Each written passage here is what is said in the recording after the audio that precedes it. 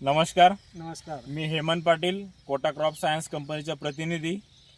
आपण आलो आहेत बाळापूरला, बाळापूर तालुका जिल्हा धुळे. आपण आपल्या कोटा क्रॉप सायन्स कंपनीचं विग्नर, मायक्रा आणि डेन या 3 अशा औषधी आपण गिलका पिकावर दिलेले होते. गिलका पिकावर दादांना व्हायरसचा प्रॉब्लेम होता, मावा मच्छरी, थ्रिप्स अटॅक होता, त्यानंतर आडी पण होती आणि ग्रेनेटिव्ह पण प्रॉब्लेम येत होता.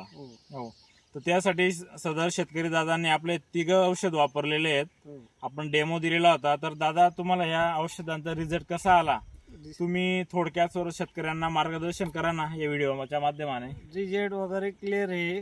व्हायरस झाड कमी झाले बा थोडे. आता दुसरा हात टाकायचा आहे, त्याच्यात थोडा काय प्रॉब्लेम येतो तो सॉल्व्ह होऊन जाईल. व्हायरसला रिजेक्ट चांगला आहे बुवा. म्हणजे जो व्हायरस होता तो जागेवर स्टॉप झालेला, नवीन जे झाडं होतात ते झालेले नाहीये. जे ते जे आता दुसरं झाड काही दिसत नाहीये.